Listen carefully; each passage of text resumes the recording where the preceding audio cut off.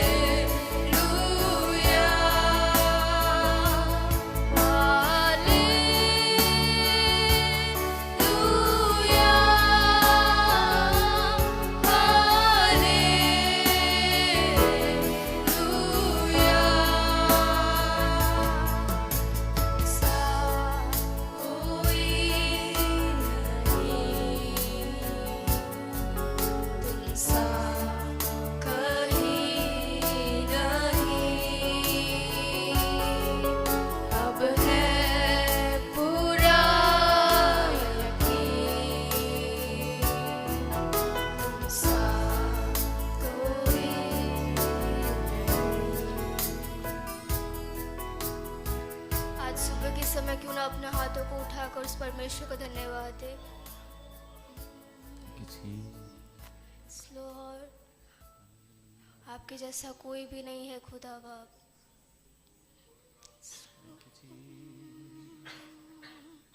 थोड़ी देर उस परमेश्वर को धन्यवाद दे जिसने हमें अब तक संभाल के रखा।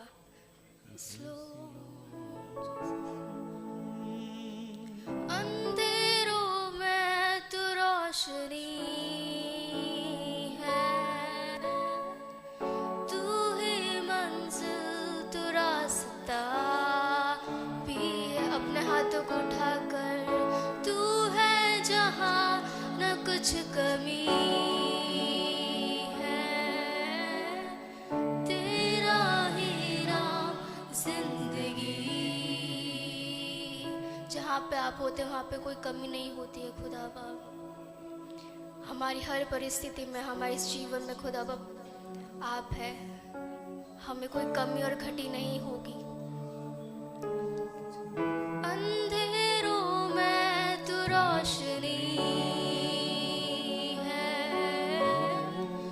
तू ही मंजिल, तू रास्ता।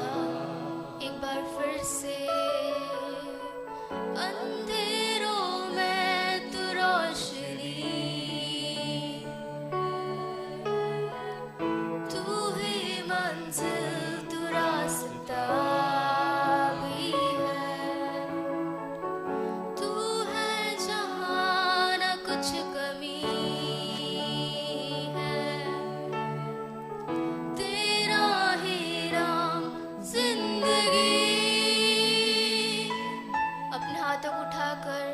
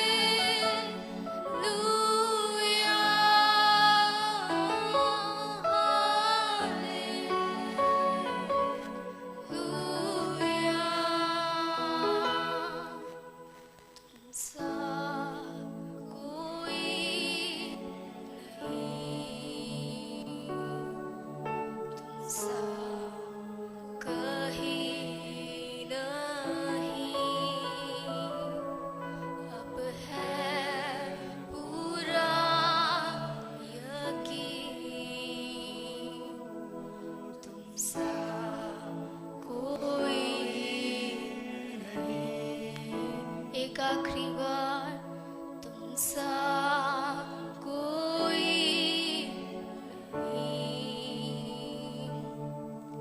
तुम सा कहीं नहीं।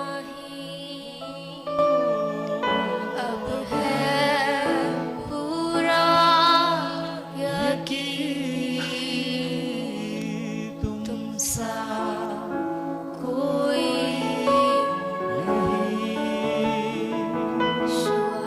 धन्यवाद करते हैं खुदा। हालेलुया। तेरे प्यार को याद करके हम धन्यवाद देते हैं यहोवा। धन्यवाद। थोड़ी देर और हम जब उसकी उपस्थिति में आए हैं तो हम यहाँ पर आकर बैठे ही नहीं रहे। उसके उपकारों को, उसकी करुणा को याद करके उसको धन्यवाद दे, क्योंकि हमारे पास धन्यवाद देने के सिवा और कुछ भी नहीं है जो हम उसे दे सकते हैं। Lord Jesus, हम आपको धन्यवाद देते हैं यहोवा। धन्यवाद, तूने मेरे लिए सब कुछ कर दिया खुदावा। यहोवा, जय जयकार, जय जयकार।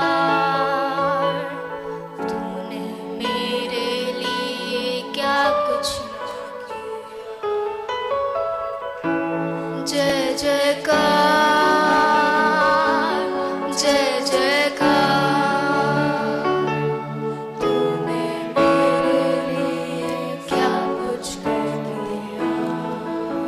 अपने हाथों को उठाकर बोल सकते हैं, जय जयकार, जय जयकार।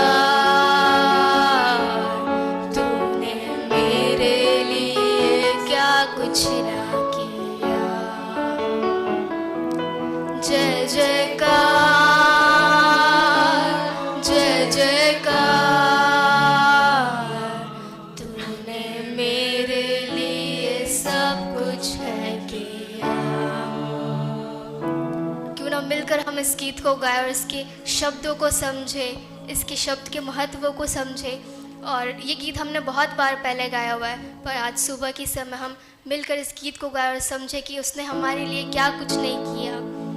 आमीन। मिलकर हम ताली बजाकर इस गीत को गाएंगे।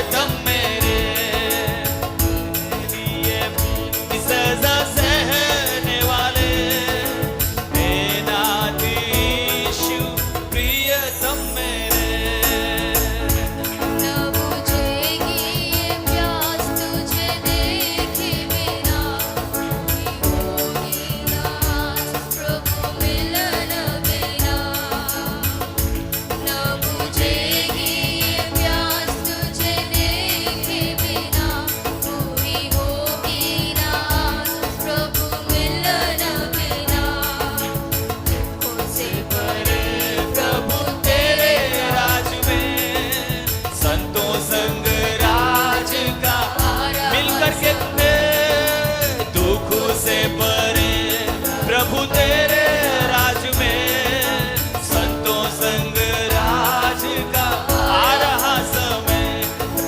दुखों से परे प्रभु तेरे राज में, संतों संग राज का आ रहा समय।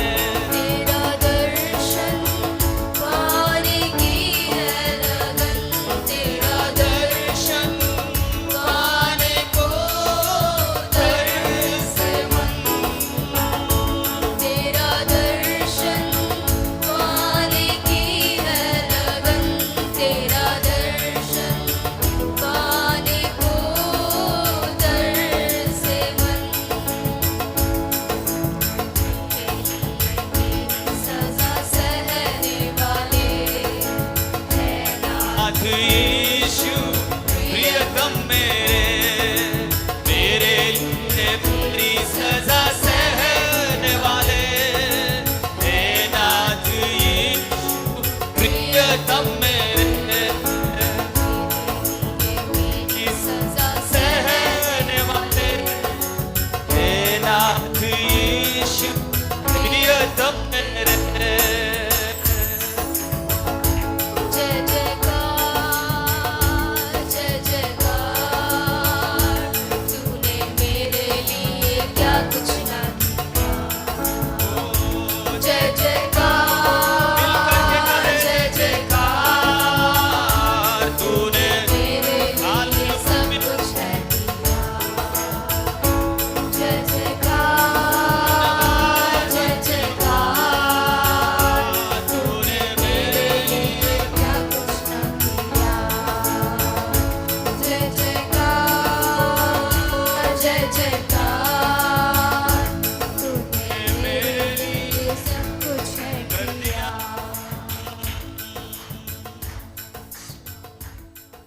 यीशु, हम आपको धन्यवाद करते हैं खुदा जी, आपने हमारे लिए सब कुछ किया खुदा।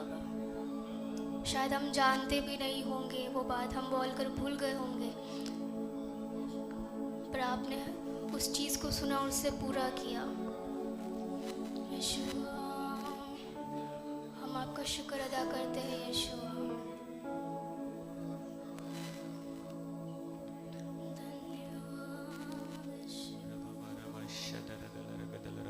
हम शायद गुनाहों में डूबे हुए थे खुदा बाप,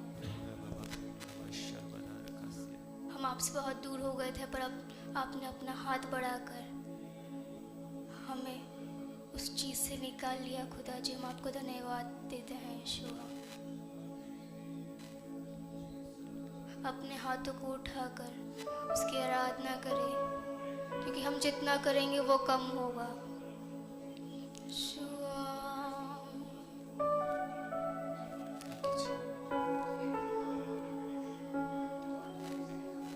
गुनाहों में नैया डूबी, तू रहबर की आवाज़ बना,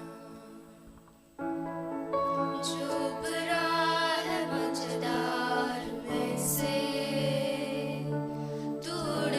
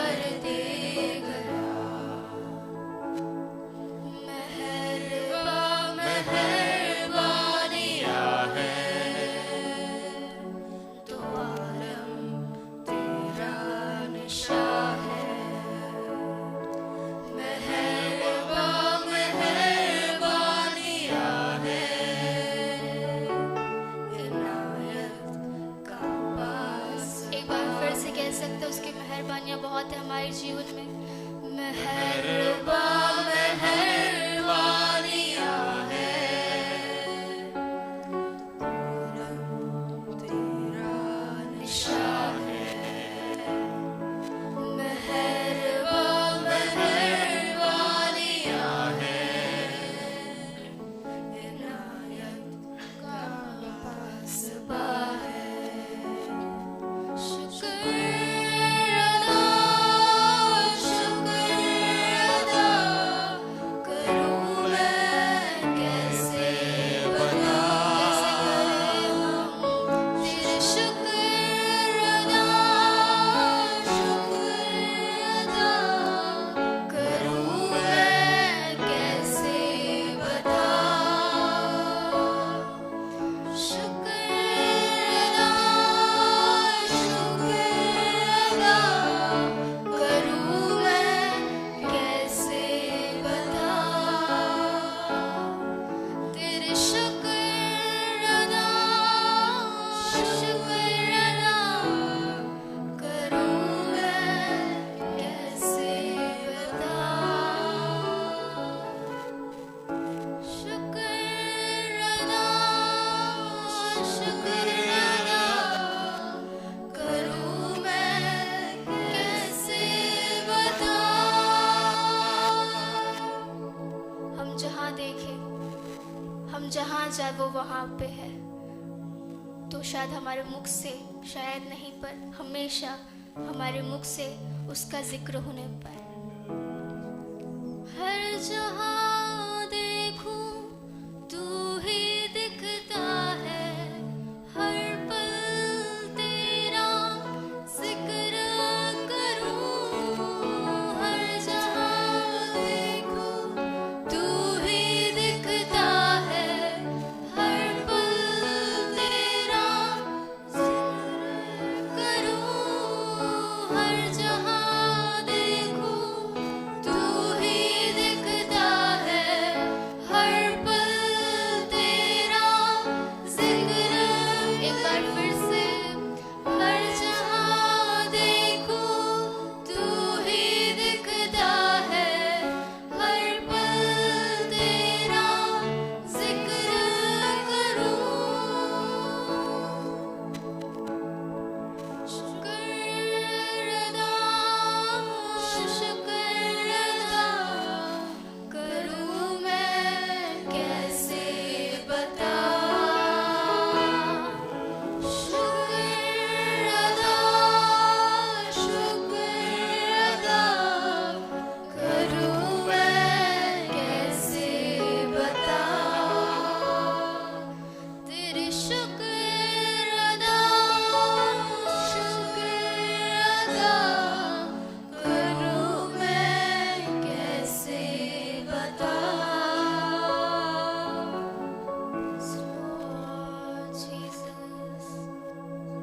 हम कैसे कर सकते हैं खुदा बाप, क्योंकि वो अनगिनत है खुदा जी। जो कार्य आपने हमारे जीवन में किया, हम शायद उतना धन्यवाद नहीं दे पाए होंगे, बट खुदा बाप आज सुबह के समय हम बस आपको शुक्र अदा करते हैं यीशुआ। धन्यवाद यीशु। अपनी आवाज़ों को उठाकर हम चुप नहीं खड़े रहे। जब हम यहाँ पे हैं तो उसकी उपस्थिति का आनंद ले, क्योंकि उसकी उपस्थिति हमारे बीच में है। यीशुआ धन्यवाद।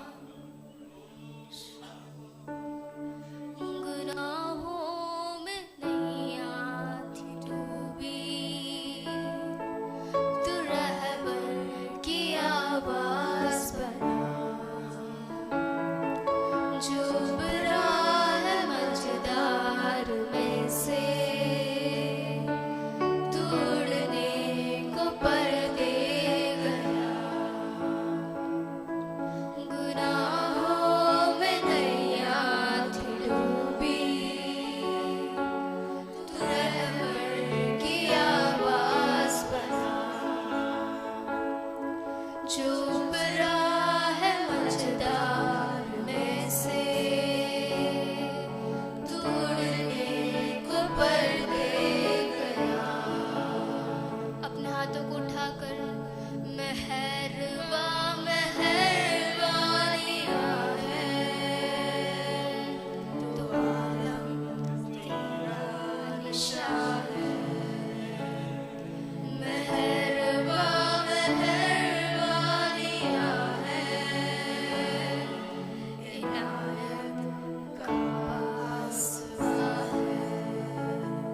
आखिरी बार हम कह सकते हैं, शुक्र अदा करूं मैं कैसे बता, शुक्र अदा करूं मैं कैसे बता, करूं मैं कैसे बता। व्यवस्था विवरण 30वां अध्याय और उसका 11 से 14 तक का पद। ड्यूटेरोनॉमी चैप्टर 30 वर्सेस 11 to 14। व्यवस्था विवरण 30 11 से लेकर 14 तक।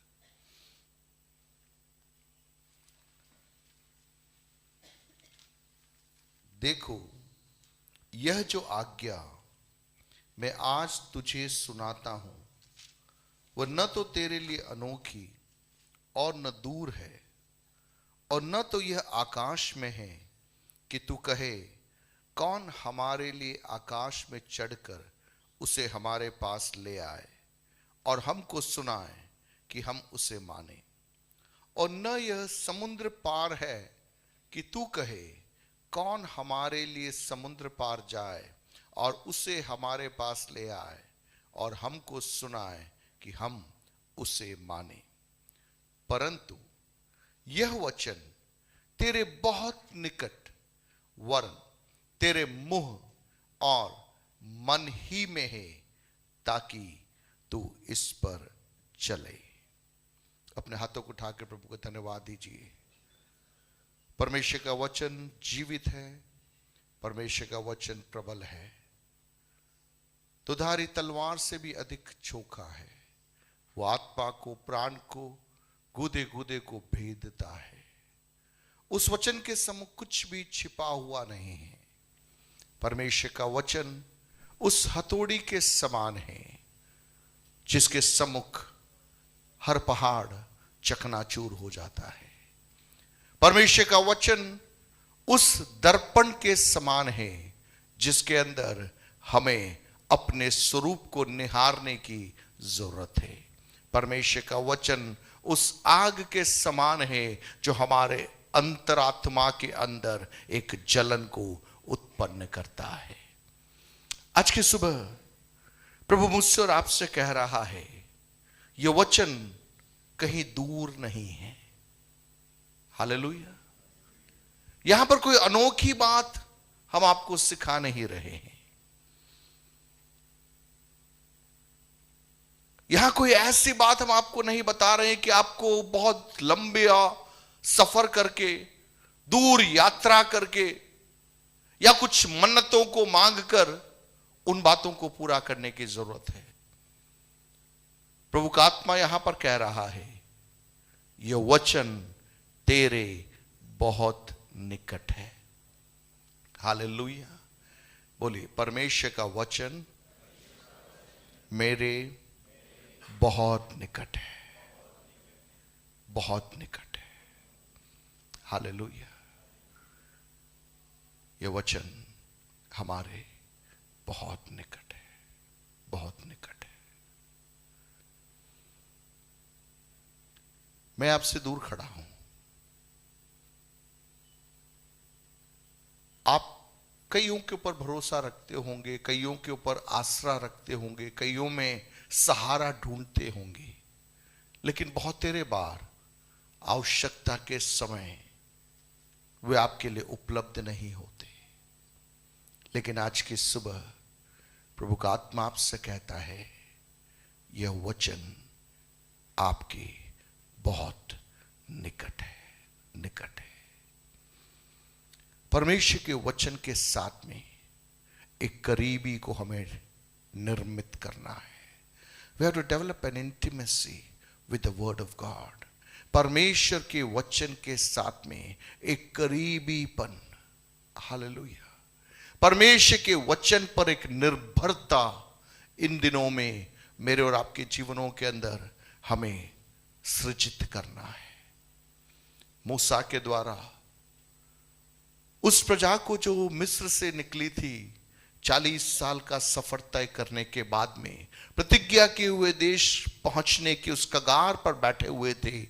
मूसा संभवतः अपने जीवन के आखिरी पलों के अंदर मानो लोगों को एक और बार कुछ फाइनल इंस्ट्रक्शंस दे रहा है, कुछ फाइनल निर्देश दे रहा है।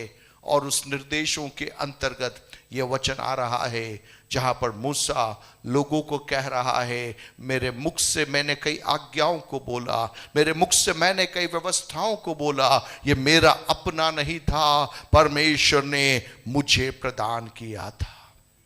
हालेलुया। मैं हमेशा तुम्हारे संग नहीं रहूंगा, लेकिन जो वचन मैंने यहां से बोला, जो आज्ञाएं मैंने बोली, वो आज्ञाएं तुम्हारे संग रहेगी। मुझे सुनने वाले प्रियों, 2025 के अंदर पवित्र आत्मा मुझसे और आपसे कह रहा है, यह वचन तेरे बहुत निकट है, वरन तेरे मुंह में है और मन ही में है, ताकि तू इस पर चले। आज की सुबह प्रभु की उपस्थिति में जब हम आए हैं, परमेश्वर के भवन में जब हम आए हैं, मेरे और आपकी प्राथमिकता परमेश्वर के वचन की करीबी को महसूस करना है। वो वचन जो कहीं दूर नहीं है, वो वचन जो हमारे बहुत निकट है, हमारे मुंह में है, हमारे मन में है। हालेलुया। प्रभु क्यों कह रहा है? ताकि मैं और आप वचन पर चलने वाले बन जाए, केवल सुनने वाले नहीं, लेकिन चलने वाले हम बन जाए। याकूब नए नियम के अंदर जब अपनी पत्री को लिखता है तो इस बारे में थोड़ा और विस्तार से हमें समझाता है। आप निकालिए याकूब की पत्री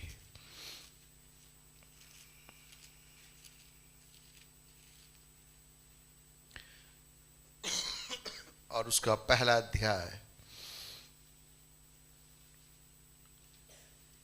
और उसका 22वां पद या 21 हम देखते हैं। वहां लिखा है, इसलिए सारी मलिनता और बैरभाव की बढ़ती को दूर करके उस वचन को नम्रता से ग्रहण कर लो, जो हृदय में बोया गया और जो तुम्हारे प्राणों का उद्धार कर सकता है। हालेलुया।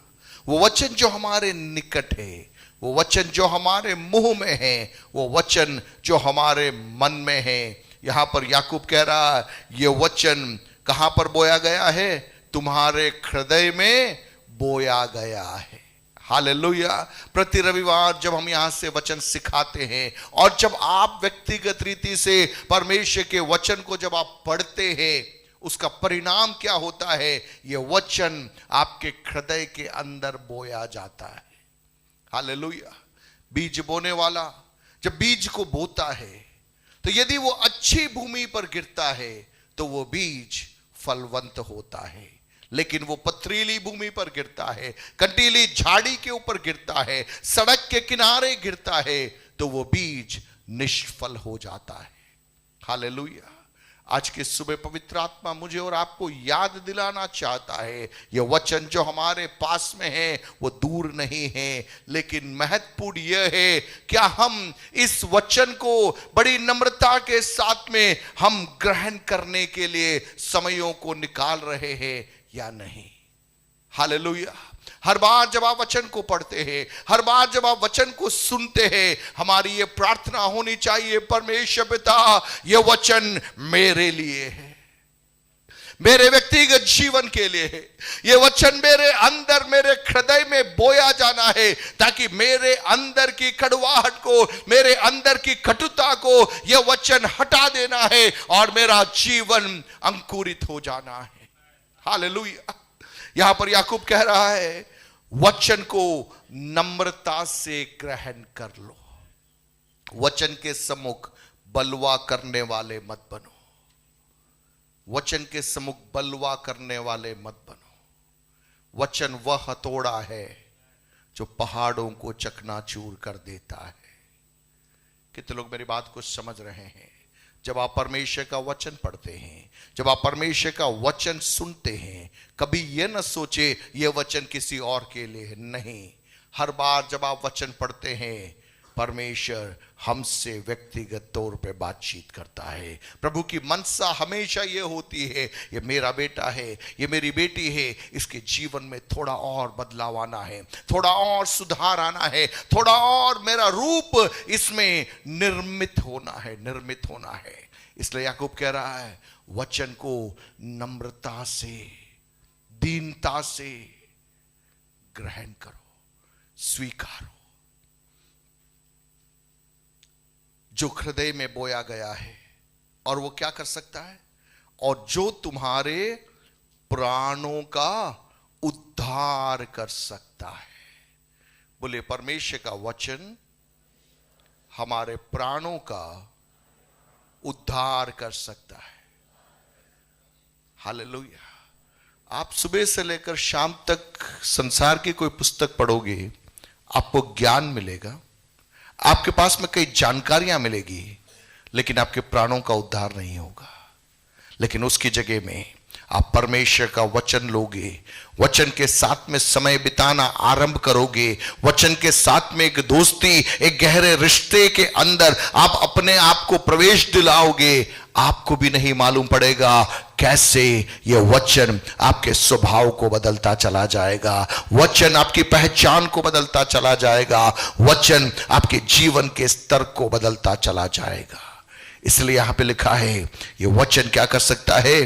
तुम्हारे प्राणों का उद्धार कर सकता है। 22वां पद, परंतु वचन पर चलने वाले बनो। बोले, वचन पर चलने वाला बनना है। और जो से बोले, वचन पर चलने वाला बनना है।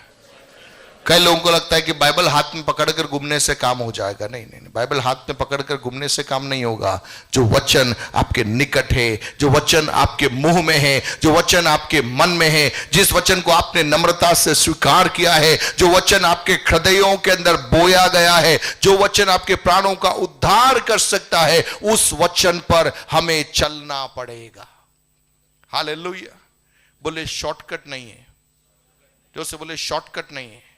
आजकल अपनी सबकी आदत क्या है कि शॉर्टकट है ना। शॉर्टकट क्या है? पादरी साहब हमारे लिए प्रार्थना कर लो, हमारा काम हो जाए। शुरू में हो जाएगा, लेकिन हर बार नहीं होगा। परमेश्वर नहीं चाहता आप बच्चा बनकर रहो। नहीं, छोटा बच्चा जब रोएगा, आप उसको पुचकारोगे, उसको चॉकलेट दोगे। 40 का होने के बाद में भी बैठ के रोएगा तो यहां समस्या क्या है मालूम है? अपन 40 हो गए, 50 हो गए, लेकिन अभी भी पादरी साहब नहीं सर, वो नहीं चलेगा। वो 2 साल के, 3 साल के, 4 साल के बच्चों का काम है। परमेश्वर नहीं चाहता आप बच्चे बनकर रहे। प्रभु चाहता है आप मसीह में बढ़ते चले जाओ। Hallelujah, hallelujah. कई कलीसियाओं में लोगों को हमेशा बच्चा बनाकर रखा जाता है। आप पूरी रीति से मुझ पर निर्भर रहना। नहीं, ऐसा नहीं। हमें बढ़ना है, हमें बढ़ना है। बोलिए, मुझे बढ़ना है। वचन को पढ़कर बढ़ना है, वचन को पढ़कर बढ़ना है। बोले, वचन को पढ़कर बढ़ना है। देखिए, जैसे आप वचन को पढ़ोगे ना, उतना हम अधिक नम्र हो जाएंगे। हमारे अंदर घमंड नहीं आएगा, हमारे अंदर घमंड नहीं आएगा। अगर कहीं आपको लग रहा है कि किसी में घमंड आ रहा है, इसका मतलब वचन के साथ में वो दूर जा रहा है। जैसे जैसे आप वचन को पढ़ोगे, जितना अधिक समय वचन मनन में आप बिताओगे, उतना अधिक हमारे अंदर नम्रता आती चली जाएगी, हमारा स्वभाव दीन होता चला जाएगा। उतना हम परमेश्वर पर और प्रभु के लोगों पर निर्भर होना आरंभ करेंगे। हालेलुया। देखिए, परमेश्वर का वचन हमारी आंखों को खोलता है, परमेश्वर का वचन हमारे मनों को तैयार करता है। हम आपस में एक दूसरे को स्वीकार करने लग जाते हैं, हम एक दूसरे को अपने से बेहतर समझने लग जाते हैं। परमेश्वर का वचन का जब हम अध्ययन करते हैं, हम एक दूसरे की कमियों को नहीं, अपनी कमियों को हम पहले पकड़ना आरंभ करते हैं। हालेलुया। क्योंकि वचन वो दर्पण है। आप जब दर्पण में देखते हैं, आप जब दर्पण के सामने खड़े हैं, तो आपको अपना चेहरा दिखता है या पड़ोसी का चेहरा दिखता है? हेलो, आज सुबह कितने लोगों ने दर्पण में अपने चेहरे को देखा? ऐसा कोई है जो बिना देखे उठ के आ गया यहां पे? एक बार तो देखा होगा ना, नहीं हो तो वो गाड़ी के कांच के अंदर तो देखा होगा।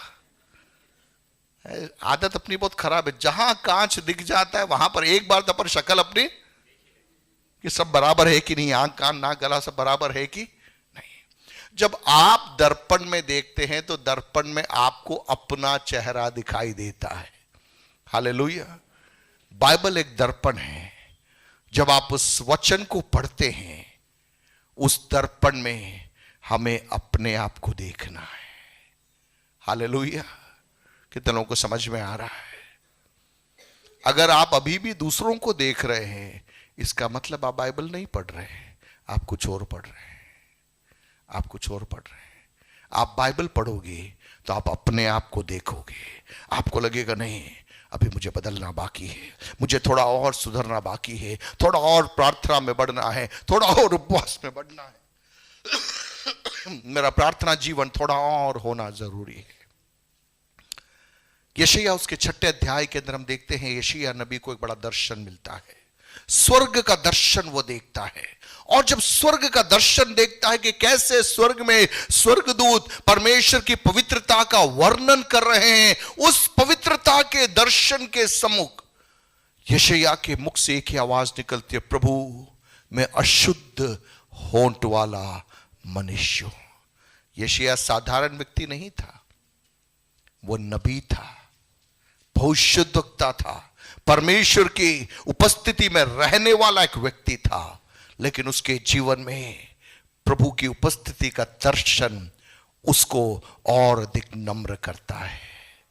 Hallelujah, hallelujah. मुझे सुनने वाले प्रियो, हमारे आत्मिक सफर में जैसे जैसे हम वचन की करीबी में आगे जीवन को बिताएंगे, उतना अधिक हमारे अंदर नम्रता आती चली जाएगी। हालेलुया।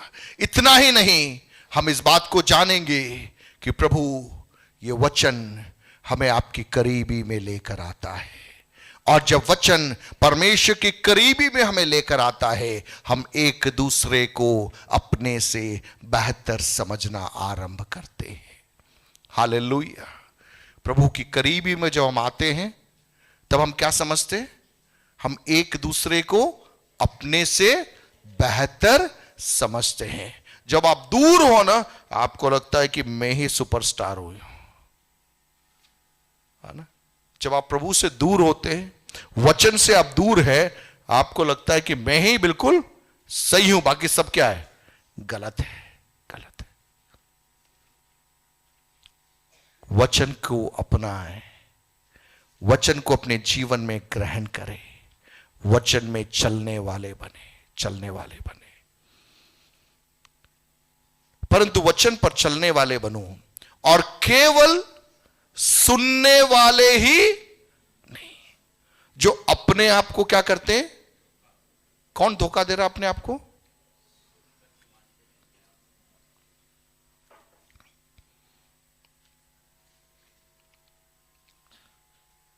जिस डाली पर आप बैठे हैं, उसी डाली को आप काट डालोगे तो क्या होगा?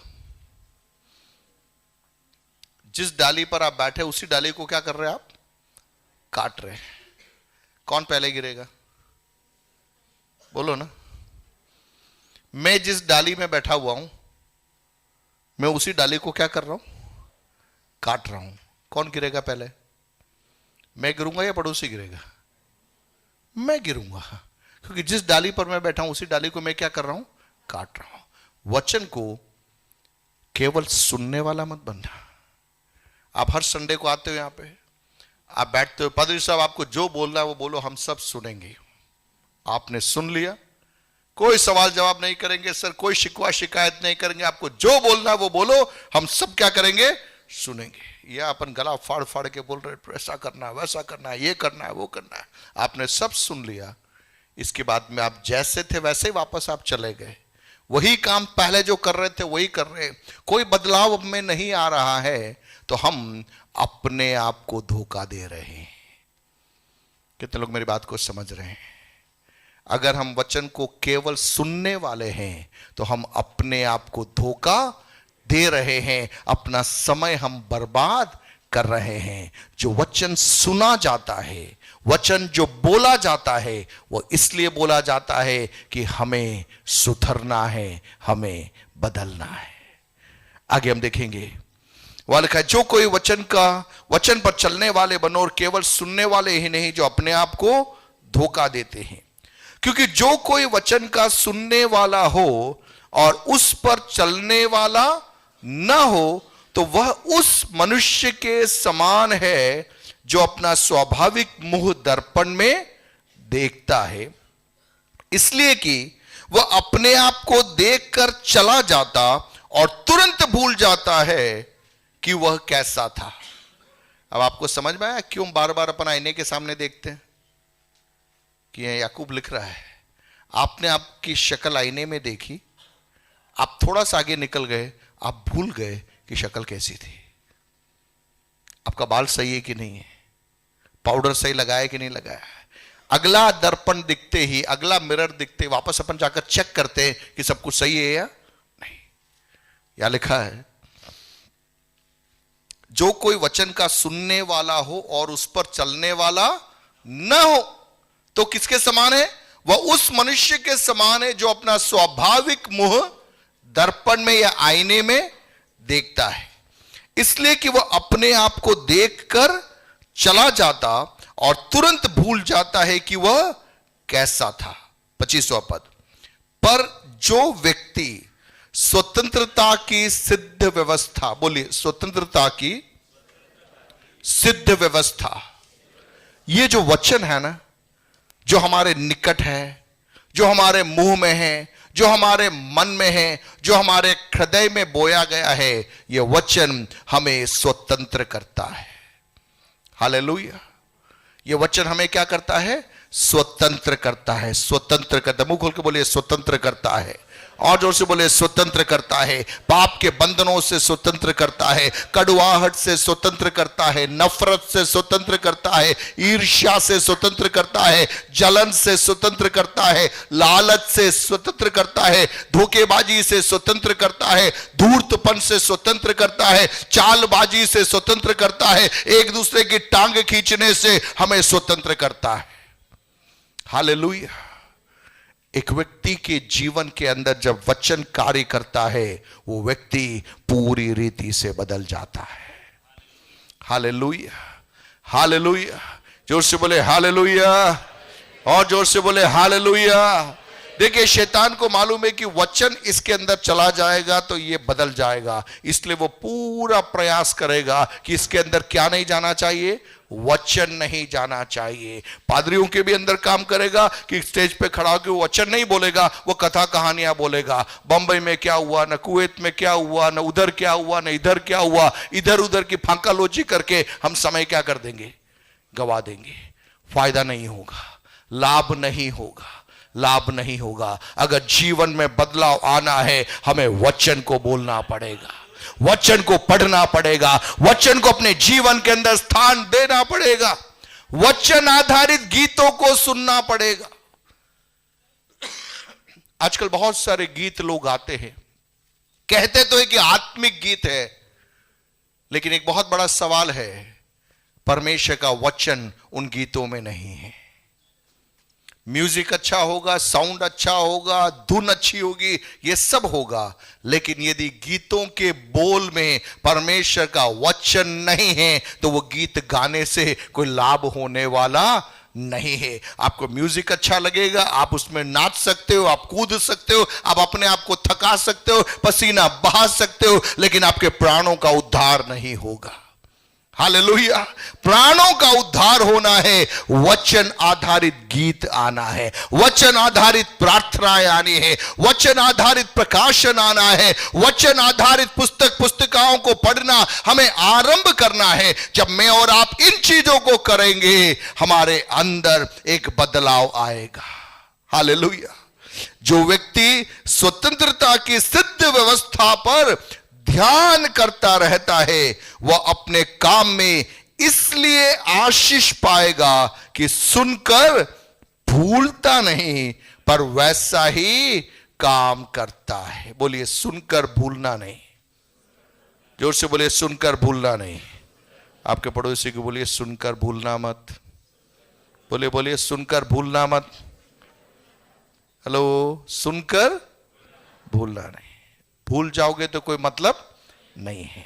जो बोला जाता है वो हमारे लिए बोला जाता है ना। कई बार प्रचारक लोग कहते हैं ये जो वचन आ रहा है वो यहां के लिए नहीं है, बंबई के लिए नहीं। मैं अक्सर उसे इसको गलत कहता हूं। बंबई की बात को यहां बोलने की जरूरत नहीं है। यहां जो बोल रहे वो डूंगरपुर के लिए बोला जा रहा है। यहां जो बोला जा रहा है वो मेरे लिए बोला जा रहा है, आपके लिए बोला जा रहा है, बाहर वाले के लिए बोला नहीं जा रहा है। अपन को कहीं किसी को बटर पॉलिश करने की जरूरत नहीं है। आप नाराज हो तो भी ठीक, नाराज नहीं हो तो भी ठीक। अगर वचन आ रहा है, यहां बोला जा रहा है, इसका मतलब जितने लोग यहां बैठे हैं, हम में से हर एक के लिए वचन आ रहा है। हालेलुया। जोर से बोले हालेलुया।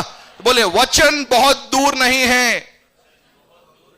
वचन बहुत दूर, फिर कहां है? बहुत निकट। बोलिए बहुत निकट है। आप में से कितने लोगों के पास में बाइबल है? अपनी बाइबल उठाइए, अपनी बाइबल उठाइए। बोलिए ये परमेश्वर का वचन है। जोर से बोलिए परमेश्वर का वचन है। तकिया बनाकर सोने की वस्तु नहीं है। दुष्ट आत्मा को निकाले, ये वो काम नहीं है। कई बार अपन भी जोश मारते हैं, बाइबल से दुष्ट आत्मा को निकाल रहे। बाइबल की जिल्द फट जाएगी सर, बाइंडिंग टूट जाएगी। ये उस काम का नहीं है, ये उस काम का नहीं है। तकिया बना के रख देते, घर के अंदर आईने में रख देते हैं कि इसको देख के भूत भाग जाएगा। नहीं, वो एक अलग पहलू कि प्रभु कई बार ऐसा कर भी देता है, वो एक अलग मामला है। लेकिन वो प्रभु दया करके करता है। बोले वचन मेरे बहुत निकट है। अपने बाइबल को अपने सीने से लगाइए। क्या आपको मालूम है ये पुस्तक कैसे आपके पास में आई है? वैसे ही आ गई है? नहीं, ये पुस्तक हम तक पहुंचने के लिए कितने कितने लोगों ने कितने कितने साल अथक प्रयास किए, कितनों ने अपना जीवन कुर्बान कर दिया, कितनों को उस समय के समाज ने आग में जिंदा जला दिया, पत्थर वाह कर दिया, समाज से निष्कासित कर दिया। आम मुख्य धारा से लोग हटकर पहाड़ों में, निर्जन प्रदेशों में जाकर, गुफाओं में बैठकर इस वचन का अध्ययन किया, अनुवाद किया। हजारों हजारों सालों के अंदर ये वचन आज मेरे और आपके हाथ में आया है। हालेलुया। कितना अधिक हमें प्रभु का धन्यवादी होना चाहिए। हिंदी में यह वचन हमारे पास में उपलब्ध है, मलयालम में उपलब्ध है, गुजराती में उपलब्ध है, मराठी में उपलब्ध है, अंग्रेजी में उपलब्ध है। जो भाषा हमें मालूम है उस भाषा के अंदर परमेश्वर का वचन मेरे लिए और आपके लिए उपलब्ध है। हालेलुया। इस वचन को हमारे करीबी में बना के रखना है, एक आदत बनाना है। दिन को खाना नहीं खाओ चल जाएगा, पर इस वचन को पढ़ना है। हालेलुया।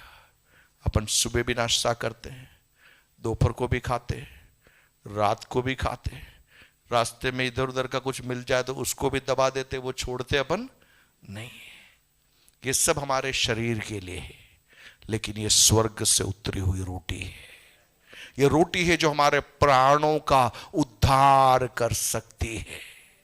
संसार की रोटी से आपका शरीर मोटा ताजा तगड़ा हो सकता है, लेकिन आपके प्राणों का उद्धार होना है, आपके पास में क्या होना चाहिए? परमेश्वर का वचन होना चाहिए। यह वचन हमारे निकट है, हमारे मुंह में है, हमारे मन में है, ताकि हम इसमें चले। चलने के लिए है। जीने के लिए है। यह स्वतंत्रता की सिद्ध व्यवस्था है जो हमें प्रतिदिन आजाद करेगी, हमारी सोच को बदलेगी, हमारी विचारधारा को बदलेगी, हमें आशीष से आशीष की ओर, अनुग्रह से अनुग्रह की ओर, महिमा से महिमा की ओर यह हमें लेकर जाएगा। आज की सुबह एक क्षण अपनी आंखों को बंद करें, हम मिलकर प्रभु को धन्यवाद देंगे प्रभु आपके जीवित वचन के लिए। यह वचन जो हमारे हृदयों में बोया गया है, इस वचन को बड़ी नम्रता के साथ में हम स्वीकार करें। ओ रामानामा सिखा बाडा बाडा, सभी लोग 2-3 मिनट प्रार्थना करें। हालेलुया। रोशाला बानामा सिखा बाडा बाना मारा हुडा बना मलम सिखा बना बना मरिखी बिरी बिखोर बाला बारी बानबा हौशमान मालमान मालम सिखो रुबो शिखी बिडी बिखबानबा होशामान मा सिखा बारा बाना मरिखा बारा बाना मरिबान मारा बालबा। भजन 19 7वें पद से लेकर हम देखे वहां लिखा, यहोवा की व्यवस्था खरी है, वो प्राण को बहाल कर देती है। यहोवा के नियम विश्वास योग्य है, साधारण लोगों को बुद्धिमान बना देते हैं। यहोवा के उपदेश सिद्ध है, हृदय को आनंदित कर देते हैं।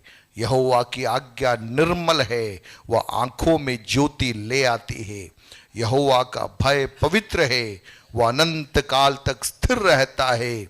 यहोवा के नियम सत्य और पूरी रीति से धर्ममय है, वे तो सोने से और बहुत कुंदन से भी बढ़कर मनोहर है, वे मधु से और टपकने वाले छत्ते से भी बढ़कर मधुर है।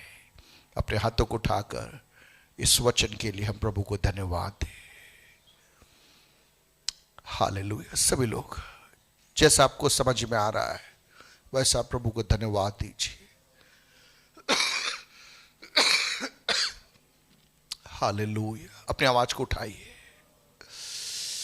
Thank you Jesus for your word Lord, for the unchanging word Lord, for the eternal word Lord। युगान युग रहने वाली चट्टान है ये आपका वचन पिता।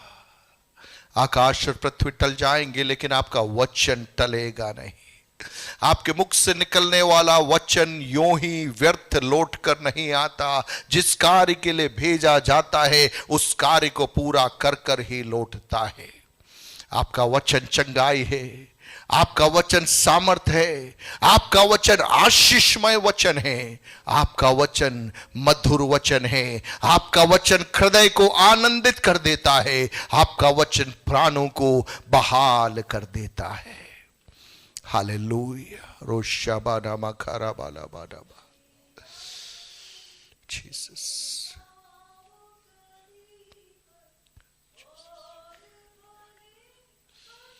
ऋषामा नामा खबारा।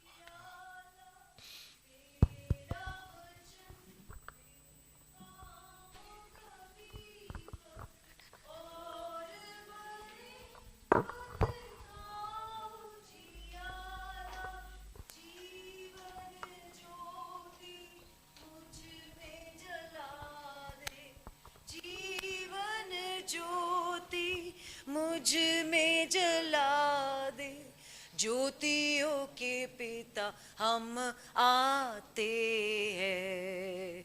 स्तुति तेरी मिलकर गाते, ग्रहण करो प्रभु आराधना। स्तुति तेरी मिलकर गाते, ग्रहण करो प्रभु आराधना। तेरा वचन मेरे पांवों का दीपक और बने पथ का उजियाला। तेरा वचन मेरे पांवों का दीपक और बने पथ का उजियाला। जीवन ज्योति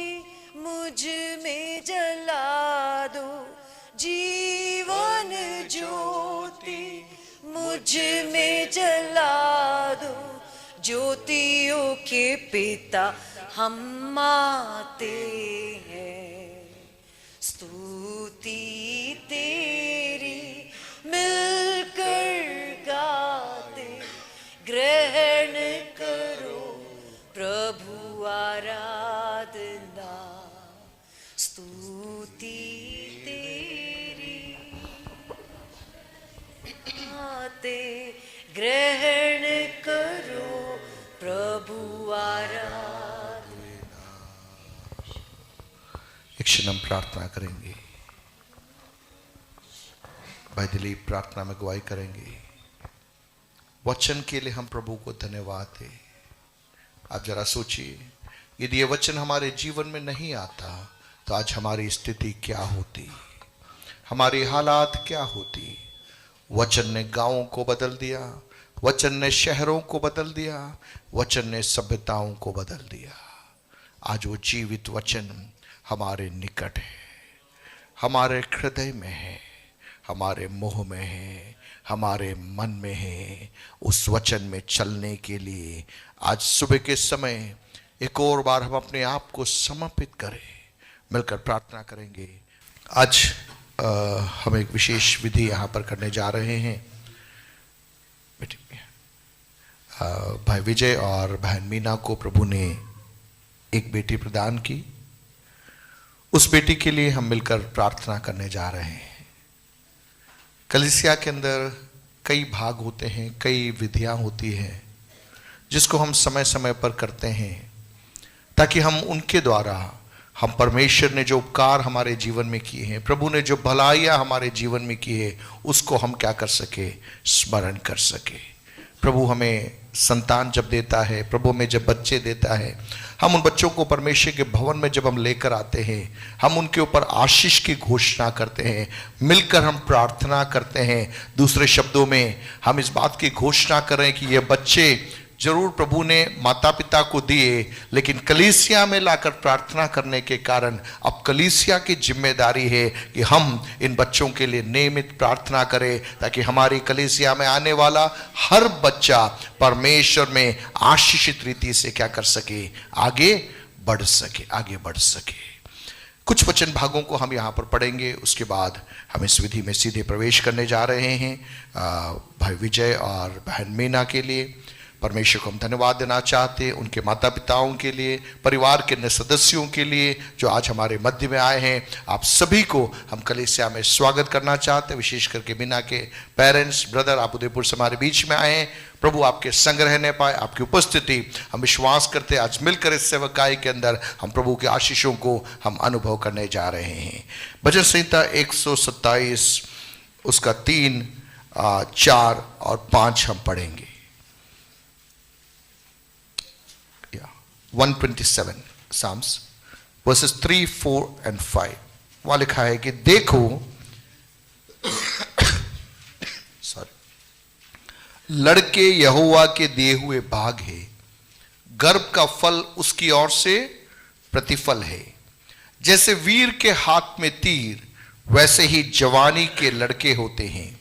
क्या ही धन्य है वह पुरुष जिसने अपने तरकश को उनसे भर लिया हो। वो फाटक के पास शत्रुओं से बातें करते संकोच न करेगा।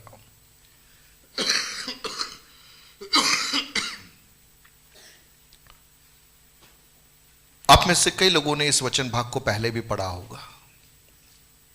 कुछ लोगों के लिए हो सकता है ये पहली बार आप सुन रहे होंगे। वचन के अंदर परमेश्वर का आत्मा अपने दासों के माध्यम से कई गूढ़ बातों को मेरे लिए और आपके लिए रखता है। यहां लिखा है कि देखो बच्चे, children are an inheritance from God, यहोवा के दिए हुए भाग है। हालेलुया। उसका सरल भाषा में अर्थ इतना है, जो बच्चे आपके पास में हैं वो आपके अपने नहीं हैं, परमेश्वर के द्वारा आपको दिए गए हैं। जितने लोग समझ रहे अपने हाथों को उठा के प्रभु को धन्यवाद दीजिए। आपके बच्चे आपके अपने नहीं हैं, परमेश्वर के द्वारा आपके हाथ में दिए गए हैं। मेरे और आपके हाथ में स्वर्ग के परमेश्वर ने, हालेलुया, एक भाग दिया है। यहोवा का दिया हुआ भाग है। गर्भ का फल उसकी ओर से प्रतिफल है। किसकी ओर से? परमेश्वर की ओर से प्रतिफल है। जैसे वीर के हाथ में तीर, वैसे ही जवानी के लड़के होते हैं। चिल्ड्रन ऑफ यूथ, इंग्लिश में लिखा है चिल्ड्रन ऑफ यूथ। चाहे लड़का हो चाहे लड़की हो, हमें समझना है यहोवा का दिया हुआ भाग है। यहोवा की ओर से दिया हुआ एक प्रतिफल है। और प्रभु कह रहा है जैसे वीर के हाथ में तीर है, वैसे ही तेरे बच्चे। क्या ही धन्य है वो पुरुष जिसने अपने तरकश को उनसे भर लिया हो। वो फाटक के पास शत्रुओं से बातें करते संकोच न करेगा, संकोच न करेगा। 128 उसका 3, तेरे घर के भीतर तेरी स्त्री फलवंत दाखलता सी होगी, तेरी मेज के चारों ओर तेरे बालक जलपाई के पौधे से होंगे। सुन, जो पुरुष यहोवा का भय मानता हो वह ऐसी ही आशीष पाएगा। अपने हाथों को उठाकर प्रभु को धन्यवाद दीजिए।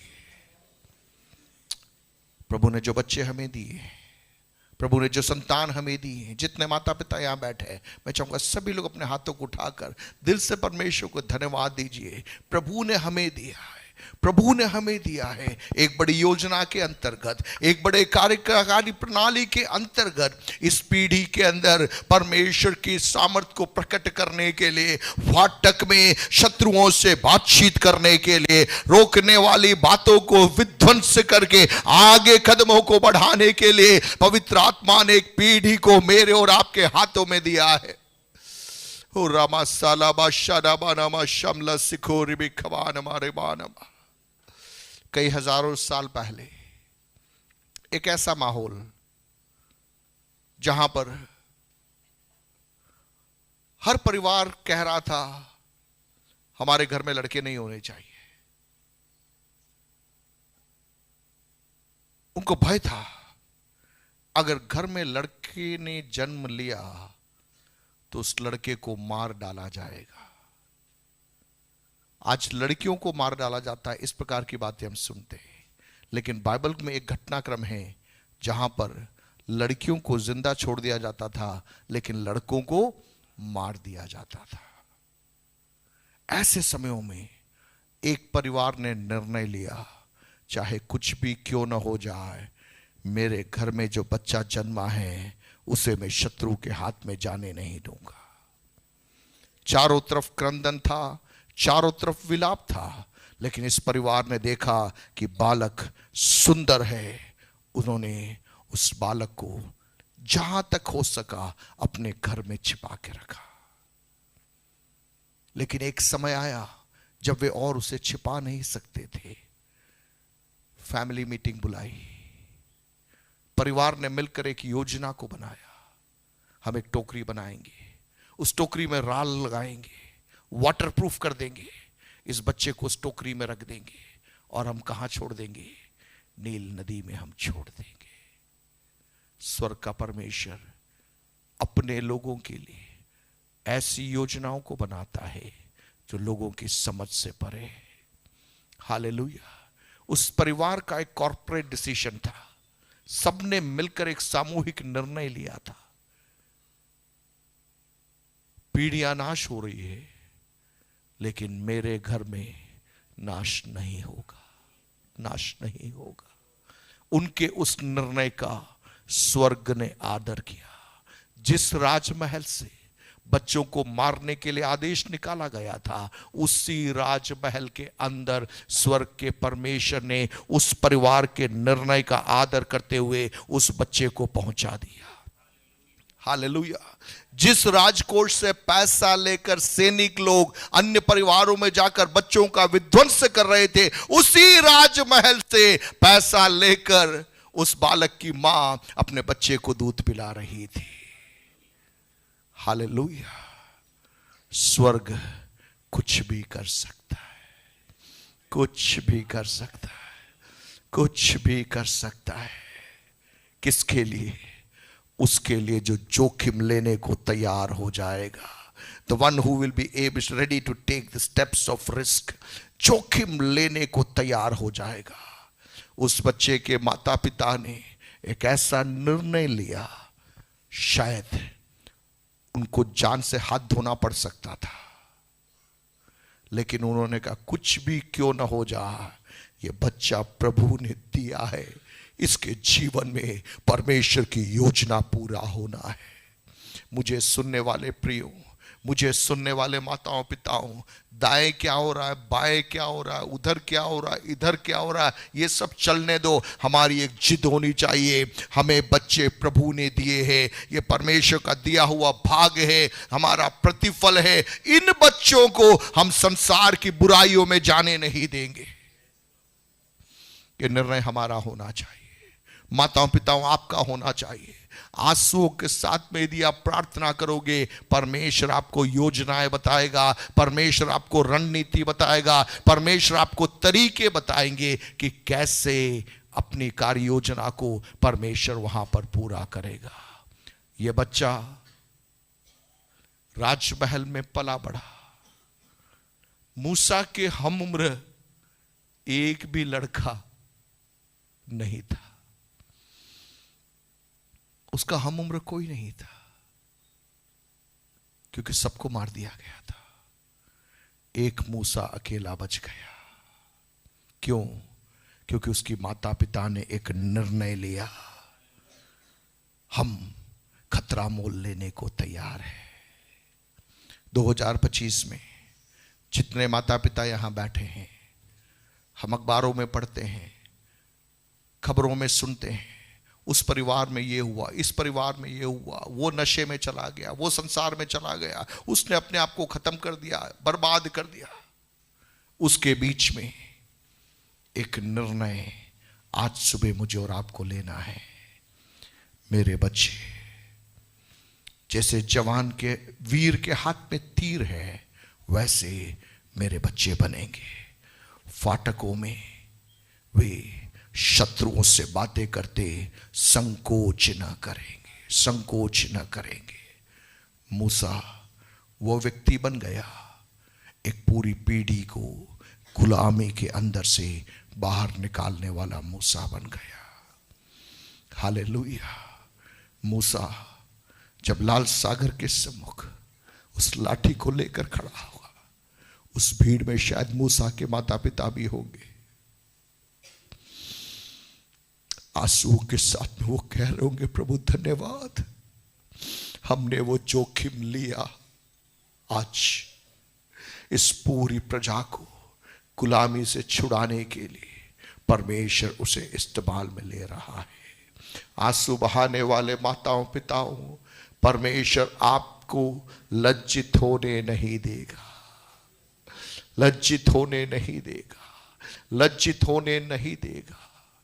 प्रभु अपने कार्यों को प्रकट करेगा, प्रकट करेगा, प्रकट करेगा। शत्रु कितना भी झूठ आपके कानों में आके बोले, लेकिन परमेश्वर अपनी योजना को पूरा कर कर रहेगा। याकूब का प्रिय पुत्र था यूसुफ। एक झूठ को लेकर याकूब लगभग 20-22 साल तक रोता रहा। उसके हाथ में एक वस्त्र है, वो वस्त्र किसी और का दिया हुआ नहीं है, उसने स्वयं अपने पुत्र को पहनाया था, लेकिन वो रंग बिरंग का अखरखा खून से सना हुआ है। उस खून से सने हुए अंगरखे को लेकर 20-22 साल तक याकूब रो रहा है। याकूब कह रहा है कि मेरा बच्चा मर गया, जानवरों ने उसे फाड़ दिया। लेकिन याकूब, एक सच्चाई है जो तुझे नहीं मालूम। जिस परमेश्वर ने तुझे बुलाया, जिस परमेश्वर ने तेरे बेटे को स्वप्न दिया, वो परमेश्वर तेरे बेटे को स्वप्न के पूर्तिकरण की ओर बढ़ा रहा है। माताओं पिताओं, शायद आप आंसू बहा रहे हो, अब मेरा यूसुफ नहीं आएगा, लेकिन आत्मा में मैं भविष्यवाणी करना चाहूंगा, अगर स्वर्ग के परमेश्वर ने एक वायदा दिया है वो उसे पूरा कर कर रहेगा। झूठ ज्यादा दिन नहीं चलेगा, झूठ ज्यादा दिन नहीं चलेगा। मिस्र से गाड़ियां आने जा रही है, मिस्र से रथ आने जा रहे हैं। याकूब जिसे 20 साल तक कोई चुप नहीं कर पाया, लेकिन जैसे ही उसने मिस्र से रथों को देखा, याकूब समझ गया मैं एक झूठ को सच मानकर बैठा था।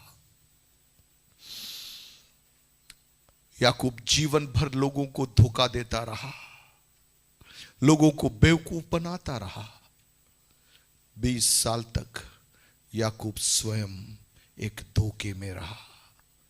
लेकिन परमेश्वर, जो अब्राहम का परमेश्वर, इसहाक का परमेश्वर, याकूब का परमेश्वर, अपने वायदे को पूरा करने के लिए तत्पर होने के कारण यूसुफ के द्वारा उसने अपनी कार्य योजना को पूरा कराया। हालेलुया। एक क्षण अपने हाथों को उठाए, सभी लोग मिलकर प्रार्थना करें। प्रभु ने जो बच्चे हमें दिए, प्रभु ने जो संतान हमें दिए हैं, हम उन संतानों के ऊपर आशीष बोलने वाले बनेंगे। हम उन बच्चों के ऊपर जीवन बोलने वाले बनेंगे। हम उन बच्चों के ऊपर संभावनाएं बोलने वाले लगेंगे। चारों तरफ नेगेटिव रिपोर्ट होगी, लेकिन उसके बीच में हम पॉजिटिव रिपोर्ट बोलने वाले बनेंगे। पौलुस कहता है, हे बच्चे वालों, अपने बच्चों को तंग मत करो, ऐसा ना हो कि वो टूट जाए। पूरा समाज आपके बच्चों को देखकर उंगली उठा रहा होगा, पूरा समाज आपके बच्चों को देखकर कह रहा होगा कि ये सुधर नहीं सकता। लेकिन माताओं पिताओं, पवित्र आत्मा के अभिषेक के अंदर आप एक निर्णय लीजिए, चाहे कोई कुछ भी क्यों न बोले, मेरे बच्चे परमेश्वर की महिमा को देखेंगे। और आंसुओं के साथ में प्रार्थना करना आरंभ कीजिए। आपके पास में आपके बच्चों को देने के लिए धन नहीं होगा, आपके पास में जमीन जायदाद नहीं होगी, लेकिन माताओं पिताओं, यदि आपके पास में आंसू है, उन आंसुओं को मेरा परमेश्वर अपनी कुप्पी में भरेगा और उचित समय पर उसका प्रतिफल परमेश्वर प्रदान करके रहेगा। जीसस। हो रा साल बाला शाडा बाना मा खबार। 2-3 मिनट सभी लोग प्रार्थना करें, बच्चे लोग प्रार्थना करें, माता पिता प्रार्थना करें। हासा बाना मा खबार।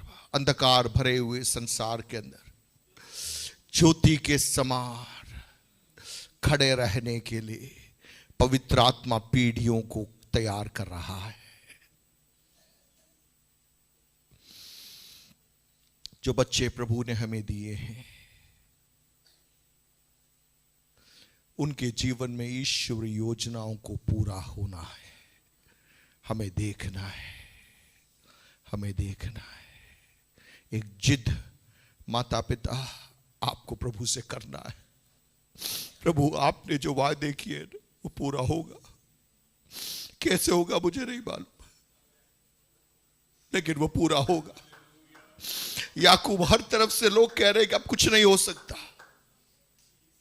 तूने भी मन में सोच लिया कि अब मैं मरकर ही मैं मेरे बेटे को देखूंगा, लेकिन मरकर नहीं, जीते जी तेरे बेटे को तू देखेगा, उसकी भलाई को तू देखेगा, उसकी तरक्की को देखेगा, उसकी आशीषों को देखेगा, उसकी विशालता को देखेगा, उसके स्वभाव को देखेगा, उसके चरित्र की उत्तमता को तू देखेगा। क्योंकि स्वर्ग का परमेश्वर जो वायदों को देता है, वायदों को पूरा करने वाला परमेश्वर है।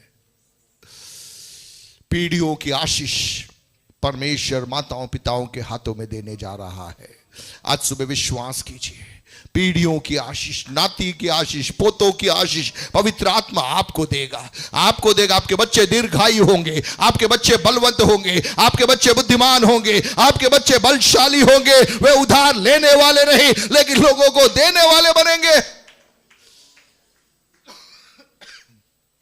जातियों की भूख मिटाने वाले वे बनेंगे, जातियों की भूख मिटाने वाले वो बनेंगे। आज की सुबह आत्मा में रिसीव कर लीजिए, हमारे बच्चे जातियों की भूख को मिटाएंगे, ओ जातियों की भूख को मिटाएंगे, राज्यों की भूख को मिटाएंगे। अकाल के समय में लोग हमारे बच्चों को ढूंढ कर आएंगे, भोजन के लिए आएंगे, आत्मिक भोजन के लिए आएंगे, वचन के प्रकाशनों के लिए आएंगे, और वहां पर हमारे बच्चे उन्नत स्थानों पर बैठेंगे और परमेश्वर अपनी महिमा को हमारे बच्चों के द्वारा प्रकट करेगा। आत्मा में आराधना करना आरंभ कीजिए। शत्रु की सारी योजनाओं को यीशु नासरी के नाम से आज की सुबह हम लोग मिलकर निरस्त करते हैं, हम लोग निरस्त करते हैं। हमारे बच्चों का भविष्य परमेश्वर के हाथों में सुरक्षित है।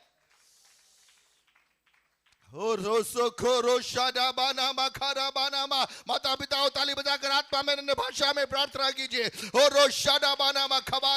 जंगली सांडों के सींगों के बीच में से हमारे बच्चों को आत्मा में प्रार्थना में हम खींच निकालेंगे। हो शोलो शोडो रैसे खिबिनी बिनी मी खरा बना मारा बालबा हुरी भी खरा बना मादा खादरा बना मसी खोरो बोलो बोलो बालबा हो रोशन मासिखा बादा बादा मखा। Jesus Jesus Jesus. हमारे बच्चे देश में आशीषित होंगे, हमारे बच्चे देश में आशीषित होंगे।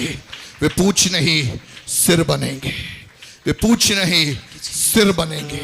प्रभु ने संपन्न करेगा। उनके जीवन में आर्थिक तंगी नहीं होगी, उनके जीवन में बेरोजगारी नहीं होगी। वो जिन शत्रुओं का हमने सामना किया, हमारे बच्चे उनका सामना नहीं करेंगे।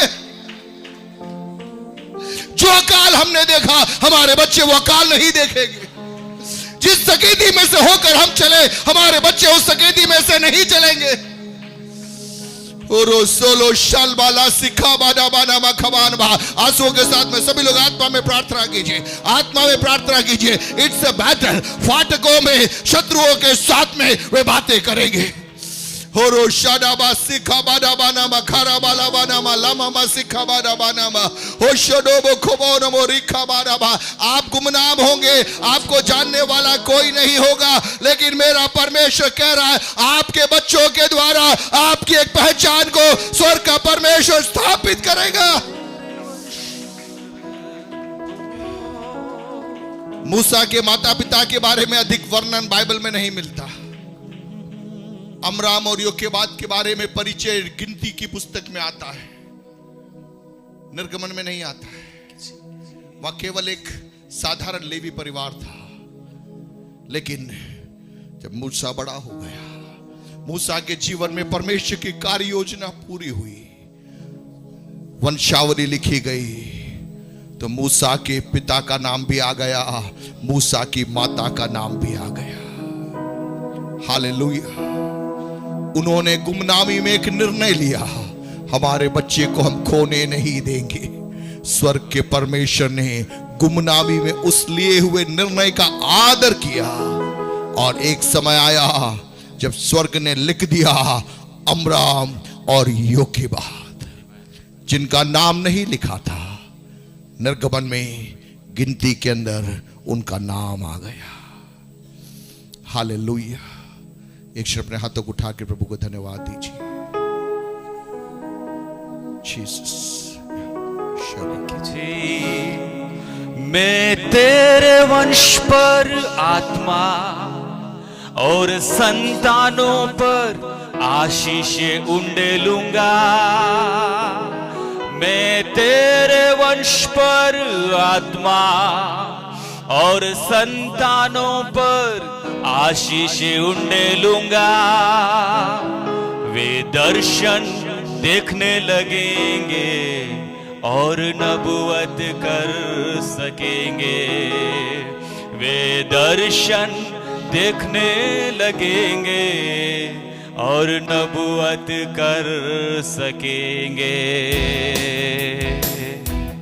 ताली बजा करके 1 मिनट इस लाइन को हम गा करके हम अपने ऊपर क्लेम करें, हम अपने बच्चों के ऊपर घोषणा करें।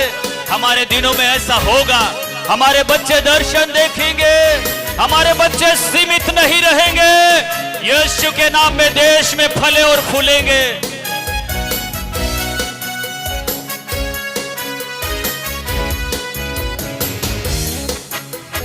है मेरे इज़राइल, मैंने तुझे चुना है मेरे इज़राइल, मैंने तुझे चुना है।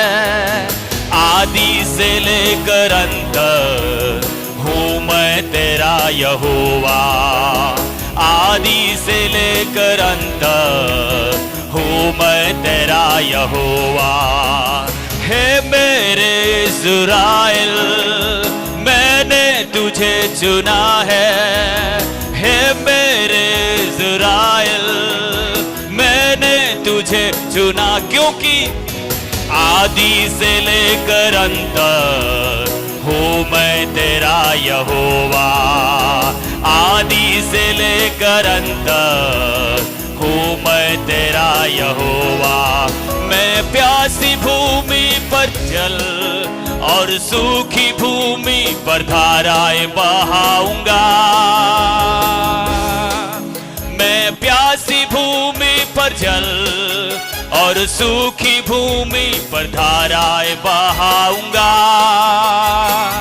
वहाँ हरियाली हर समय में हरी भरी रहेगी, वहाँ हरियाली हर समय में हरी भर। मिल करके कहे, है मेरे इज़राइल, मैंने तुझे चुना है मेरे इज़राइल, मैंने तुझे चुना है। आदि से लेकर अंत हूँ मैं तेरा यहोवा, आदि से लेकर अंत हूँ मैं तेरा यहोवा, आदि से लेकर अंत हूँ मैं तेरा यहोवा। हालेलुया, तालियां बजा के प्रभु को महिमा दीजिए। मत्ती 19:13, 14 और 15। तब लोग बालकों को उसके पास लाए कि वह उन पर हाथ रखे और प्रार्थना करे, पर चेलों ने उन्हें डांटा। यीशु ने कहा, बालकों को मेरे पास आने दो और उन्हें मना न करो, क्योंकि स्वर्ग का राज्य ऐसो ही का है। और वह उन पर हाथ रखकर वहां से चला गया। हम मिलकर प्रार्थना करने जा रहे हैं। मैं आग्रह करूंगा विजय और मीना बच्चे को लेकर आप आगे आ सकते हैं। और पापा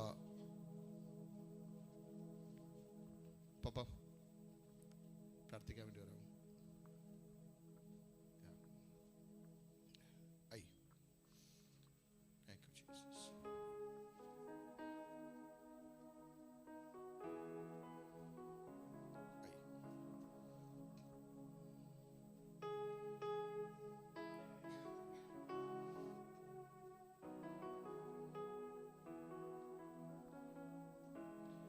ओके, विजय आप इधर आ जाइए।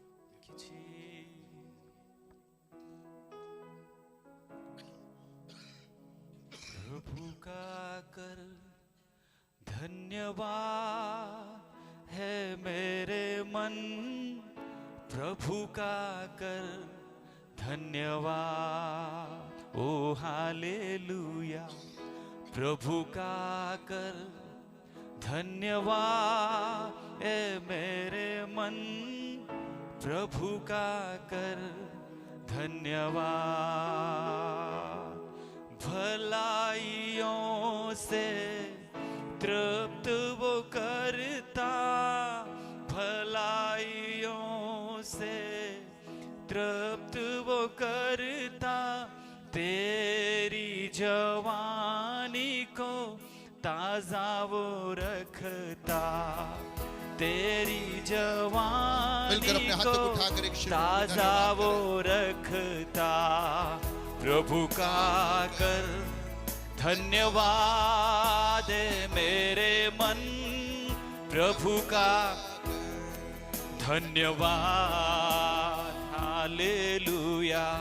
प्रभु का कर धन्यवाद मेरे मन, प्रभु का कर धन्यवाद। इस विधि में आगे बढ़ने जा रहे हैं। मैं चाहूंगा विजय 2 मिनट। हालेलुया, परमेश्वर का धन्यवाद हो आज के दिन के लिए। परमेश्वर ने यहाँ तक चलाया और संभाला। आज के दिन की अगर हम गवाही दें तो देखो बहुत चीज़ें सब कुछ होने के बाद में अपने को नॉर्मल लगती है, लेकिन जब शुरुआत से अगर उस चीज़ को हम याद करें तो बहुत सारी चीज़ें ऐसी थी जो संभव ही नहीं थी, और परमेश्वर ने अभी तक हर चीज़ में हमको संभाला। परिस्थितियाँ बहुत विपरीत थी, लेकिन हर परिस्थिति में परमेश्वर ने सहायता की मदद किया। मैं जब हम पहले भी मैंने गवाही दी थी कि जब हम चेकअप के लिए और डॉक्टर के पास में जब गए थे तो हर चीज़ कोई पॉजिटिव नहीं था, हर चीज़ नेगेटिव ही था, लेकिन अभी तक परमेश्वर ने जो संभाला है और उस परमेश्वर की जो अनुग्रह और दया है उसके लिए हम कितना भी धन्यवाद दें परमेश्वर को कम है। ज़्यादा बोला मैं पूरा विस्तृत में नहीं बताऊंगा, समय भी कम है, लेकिन परमेश्वर का मैं धन्यवाद करता हूँ।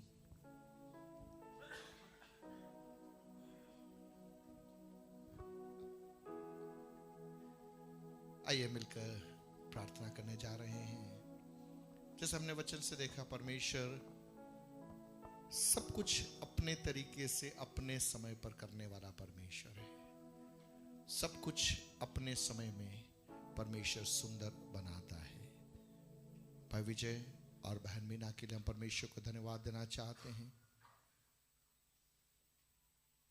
इस कलीसिया के आरंभिक परिवारों में से एक परिवार है यह कोटेट साहब रेखा आंटी। प्रभु ने उन्हें बेटा प्रदान किया। हम सब बचपन से साथ में बढ़े।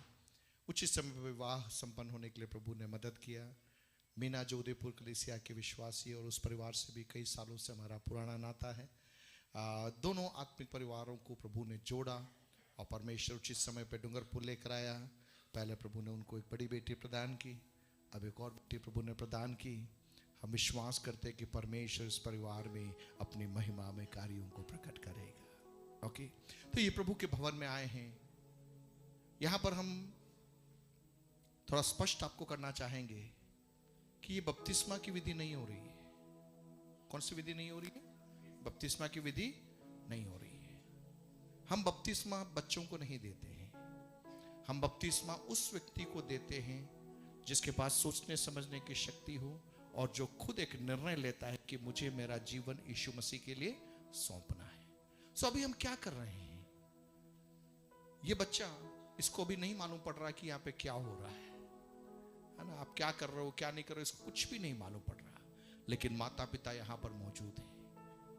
हम मिलकर कलीसिया के सम्मुख इस बच्चे के लिए हम प्रार्थना करने जा रहे हैं। परमेश्वर की बुद्धि और समझ और ज्ञान की आत्मा को माता पिता के ऊपर हम मांगेंगे कि इस बच्चे को सही रीति से पालन पोषण करने के लिए, उसको बढ़ाने के लिए पवित्र आत्मा उनको सहायता करे। कलीसिया के सामने हम इसलिए करते हैं क्योंकि ये हम सबकी जिम्मेदारी है, जवाबदारी है कि हम इस बच्चे के लिए निरंतर प्रार्थना करें। प्रभु तेरी योजना इसके जीवन में पूरा होना है। याद रखना, एक मूसा पूरी पीढ़ी को बचाने वाला बन गया। हमें नहीं मालूम हमारी कलीसिया का कौन सा बच्चा एक पीढ़ी को बचाने वाला बन जाए। इसलिए हमें प्रार्थना में लगे रहना, प्रभु इस बच्चे के जीवन में आपकी योजनाएं पूरी होनी है। आपको इस बच्चे को करना है, वचन की शिक्षा देना है, कलीसिया में नियमित लेकर आना है। बच्चों को लेकर चर्च में आना है। बच्चे रोते करके उनको छोड़ के नहीं आना है। बच्चे रोएंगे, आप उनको लेकर आएंगे। उनके अंदर एक आदत आएगी, नहीं हर रविवार मुझे उठना है, प्रभु के भवन में जाना है, वचन पढ़ना है, प्रार्थना करना है, संडे स्कूल में भाग करना है। जब उसकी एक सही उम्र होगी, वह खुद वचन के आधार पर निर्णय लेगा, मुझे बपतिस्मा लेना है, मुझे कलीसिया में पूरी रीति से जुड़ना है। तब तक हमें प्रार्थना करते रहना है। आइए हम प्रार्थना में जाएंगे।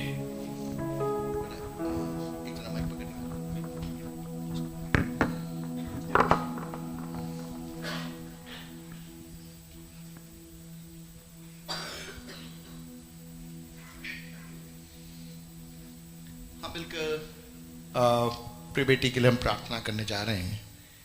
हेलो, मैं चाहूंगा पापा प्रार्थना में अगुवाई करेंगे।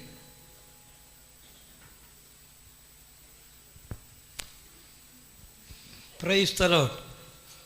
हमारे बच्चे परमेश्वर का दान है। परमेश्वर ने हर माँ बाप को दान के रूप में बच्चे को दान का, लड़का हो लड़की हो, लेकिन वह परमेश्वर का दान है। परमेश्वर के लिए इसको बढ़ाना, परमेश्वर का वचन की शिक्षा देना, संसार में रहते हुए परमेश्वर का जीना, ये परमेश्वर चाहता है। परमेश्वर ईश्वर और मीना को कोटर परिवार के लिए दान के रूप में बच्ची को दिया हुआ है। परमेश्वर के द्वारा इस परिवार को वो आशीष देने के लिए हम प्रार्थना करेंगे। हम कलीसिया मिलकर प्रार्थना करेंगे। स्वर्ग पिता परमेश्वर, हम धन्यवाद करते सुंदर समय के लिए। प्रभु जी, पीछे और मीनों को तूने बच्चे को दान में दिया हुआ है। इस बच्चे तेरे वचन का आगे बढ़ने के लिए मदद कर, तंदुरुस्ती में, आरोग्य में बढ़ने पाए, कोई कमजोरी नहीं होने पाए। परमेश्वर प्रभु जी, परिवार के लिए, कलीसिया के लिए सरकार में नहीं पाए। प्रभु की आत्मा को सौंदा है, तू सहायता करे, दोनों परिवारों को आशीष दे। परमेश्वर कलीसिया में आशीष में नहीं पाए, हमारे एक बच्चे को आशीष दे। प्रार्थना सुन लिए, धन्यवाद। मुक्त यीशु के नाम से मांगता हूँ, सुना और कबूल करे। आमीन। बोलो आमीन। परमेश्वर के अनुसार बच्चे को शिक्षा में बढ़ाने के लिए माँ बाप को इसको सौंप दो।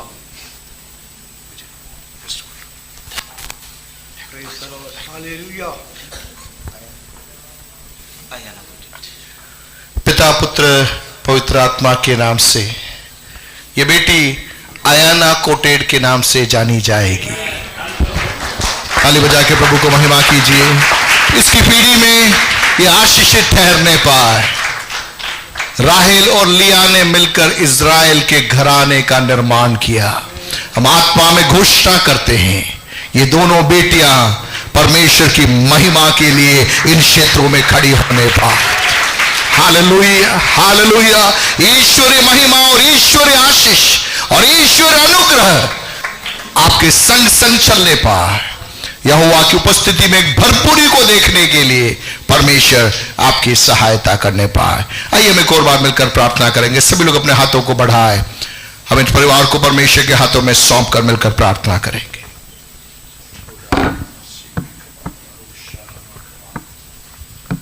परमेश्वर पिता, हम लोग मिलकर आपकी उपस्थिति में आते हैं। हम दिल से आपको धन्यवाद देते हैं सुंदर समय के लिए प्रभु जी। परमेश्वर पिता, विजय और मीना के जीवन के ऊपर आपके अनुग्रहों को हम लोग मांगते। परमेश्वर पिता, प्रभु जी, आपने उनको 2 बेटियां दी है पिता। हम लोग मिलकर प्रार्थना करते प्रभु जी, आपकी अद्भुत योजनाएं पिता इनके जीवन में पूरी होने पाए। इनके जीवन में किसी भली बात की घटी न होने पाए पिता। स्वर्ग की हर आशीष हम इनके लिए रिलीज करते परमेश्वर पिता। स्वर्ग का झरोका इनके लिए खुला रहने पाए परमेश्वर पिता। ये परिवार, इनके बच्चे पिता, कलीसिया के लिए, समाज के लिए, जिले के लिए, देश के लिए आशीष का मूल ठहरने पाए पिता परमेश्वर। प्रभु जी, आप इन्हें बुद्धि दीजिए, समझ दीजिए, ज्ञान दीजिए पिता। आपका आत्मा जो उत्कृष्टता का आत्मा है वह इनके ऊपर ठहरा रहने पाए, ऐसा मिलकर प्रार्थना करते पिता। अधिकारियों के साथ में आप इन बच्चों को बैठाओगे पिता, उन्नत स्थान पर ये पहुंचेंगे परमेश्वर पिता। हम आपकी महिमा करेंगे एक पीढ़ी को पाप से छुड़ाने के लिए, संसार की बुराइयों से बाहर निकालने के लिए पिता। आपके विशेष अभिषेक को आप इन बेटियों के ऊपर उंडेल रहे हो, उसके लिए हम आपको धन्यवाद देते पिता। ये परिवार आपकी महिमा को देखेगा, आपकी परमेश्वर पिता प्रशंसा, आपकी कीर्ति इनके द्वारा फैलेगी पिता परमेश्वर। सौंपते आपके हाथों में, यीशु के नाम से मांगते हैं। Amen, amen. Thank you, God bless you. Ahana ji, आप कुछ बोलोगे? बैठ सकते हैं आप।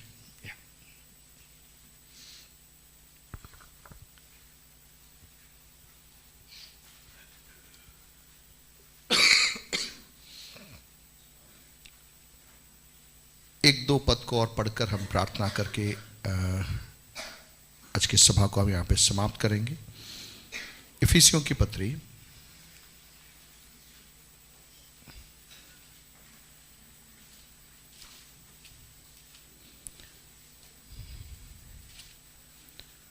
उसका 6वां अध्याय 1 से लेकर 4। हे बालकों, प्रभु में अपने माता पिता के आज्ञाकारी बनो, क्योंकि यह उचित है। अपनी माता और पिता का आदर कर, यह पहली आज्ञा है, जिसके साथ प्रतिज्ञा भी है कि तेरा भला हो और तू धरती पर बहुत दिन जीवित रहे। हे बच्चे वालों, अपने बच्चों को रिस न दिलाओ, उनको क्रोधित मत करो, परंतु प्रभु की शिक्षा और चेतावनी देते हुए उनका पालन पोषण करो। सारे माता पिता लोग आप ध्यान से सुनना, प्रभु का वचन क्या कहता है? अपने बच्चों को रिस न दिलाओ। उसका मतलब यह है कि आप उनको फालतू में टोका टोकी करके गुस्सा उनको मत दिलाओ। वैसे ही वो परेशान है, वैसे वो परेशान है।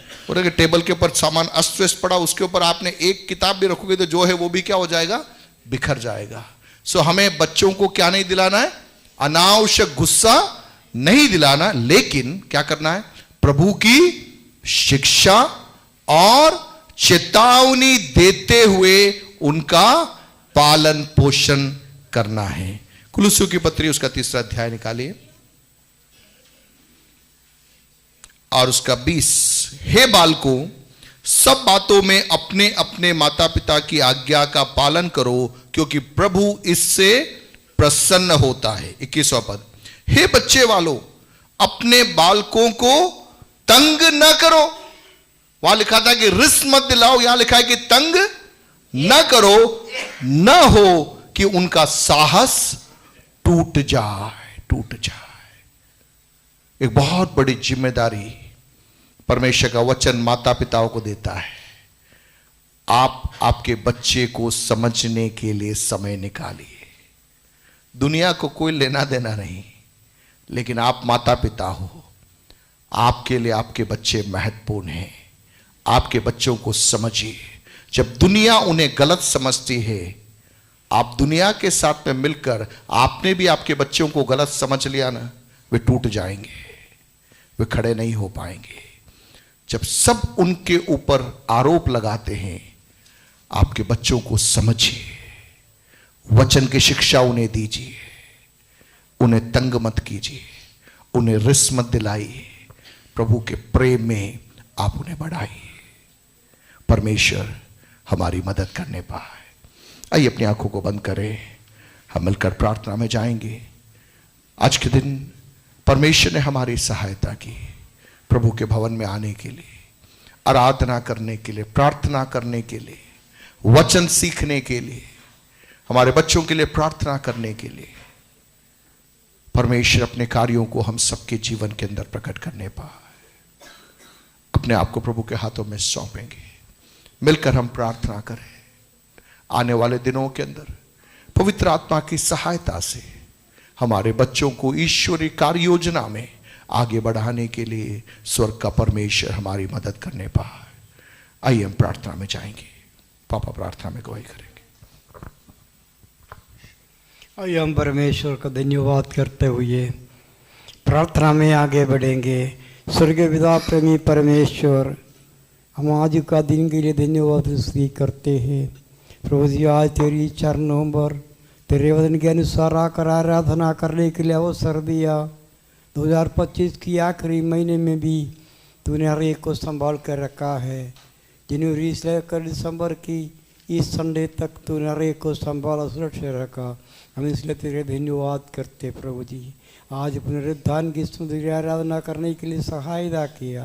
तूने हर एक को आशीष और अनुग्रह देने वाला परमेश्वर, आज हर एक के भाई बच्चों को आशीष दे प्रभु जी।